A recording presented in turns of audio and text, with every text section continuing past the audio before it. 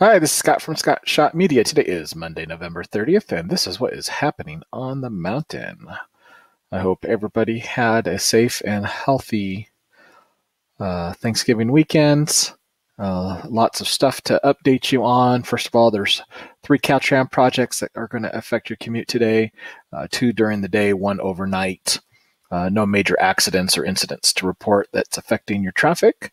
Weather's going to be nice and cool this week, but we are expecting another Santa Ana wind event beginning Thursday and through Saturday. Still a little early. It doesn't seem as strong as the last one, but we'll definitely pay attention to that and keep you updated. There are currently no fires or major incidents reported on the mountain. We did have a couple of small issues over the weekend, including that 10-acre vegetation fire off the 330 down there above Highland. I think that was on Friday or Saturday. And then also yesterday, I believe, there was an escaped campfire over in the Big Bear area. It was like a 30-foot by 30-foot spot.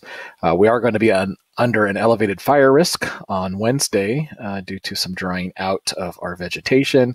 And then, of course, with the upcoming Santa Ana wind event, we'll expect that fire risk to extend and maybe even get some fire warnings issued for that time period. There were 15 crimes reported over the holiday weekend,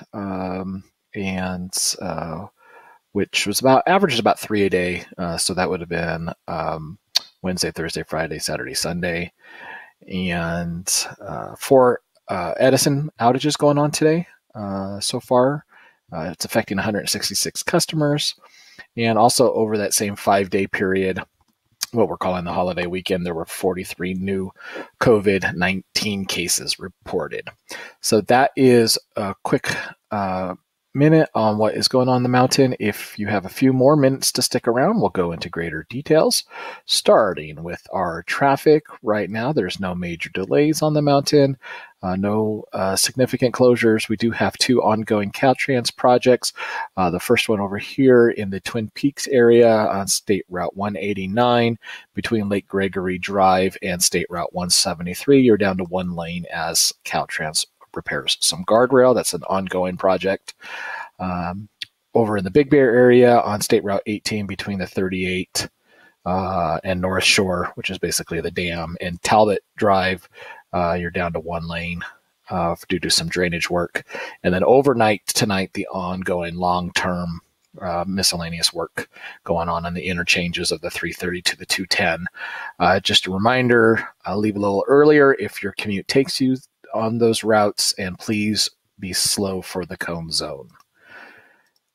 Weather is going to be nice and cool this week. Highs in the mid 40s to the mid 50s. Overnight lows dropping in the 40s and 30s and even into the 20s as the week progresses. Our big news will be so we have some Santa Ana winds expected to return to the region possibly Thursday night. Shouldn't really affect us until maybe early morning on Friday. Still a ways out, so we will update you as we get closer, but expect some breezy winds and expect maybe some fire watches to be issued. Right now, it looks like overnight Friday night, overnight Saturday night will be the strongest winds. Not as strong as the last Santa Ana wind event, but for our region, for the Inland Empire, we can expect to be under a moderate Santa Ana wind watch for Thursday, Friday, and Saturday. That will be for both elevated wind as well as decreased fuel moisture and the low humidity that often accompanies these Santa Ana winds blowing in off the desert. But again, we'll keep you updated as we get a little bit closer. Right now, we're looking at today and tomorrow, we're looking at a low fire risk beginning on Wednesday that we have the wind giving us an elevated risk. and we should be under an elevated or moderate risk for the remainder of the weekend due to these drying out conditions. The San Bernardino National Forest is still under extreme fire conditions, so all of those closures and restrictions that go along with that will remain in place for the foreseeable future, and at least through the end of the year, I suspect, until we get some significant moisture on the ground. A decent snowfall or a lot of rain is what is required to elevate those fuel moisture contents. No significant issues to report on the mountain today, no fires. We did have off the 330 way down here, just above Highland in the forest, we had about a 10-acre fire over the weekend that the crews quickly got under control. Fortunately, the fire started after the Santa Ana winds diminished, so there was no threat to the forest, no threats to any other the communities down below.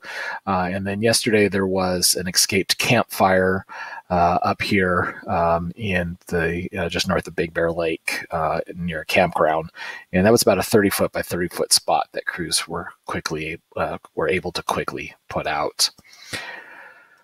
We had a handful of crimes reported over the long weekend, 15 to be exact, 9 in the rim communities, 6 in the Big Bear communities. I'll post this separately so that you can see what was going on if you saw some law enforcement activity in your neighborhood over the holiday.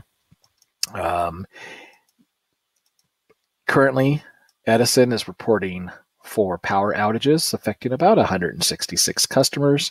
Over here in Cedar Pines Park, we have 75 customers without power until about 3 o'clock due to pole upgrade.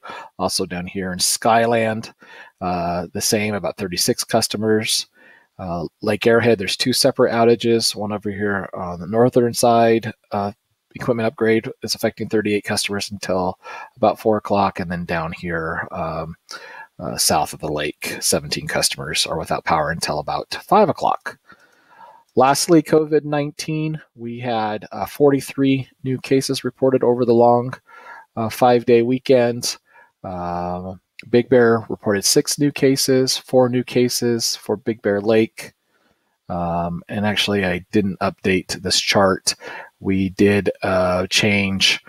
Big Bear Lake did drop all the way down to a minimal risk on the state's 4-tier risk level based upon the 7-day average from the previous 7 days.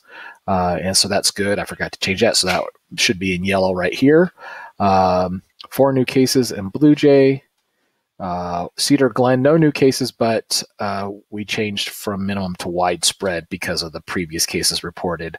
Again, 7-day average, 7 days trailing.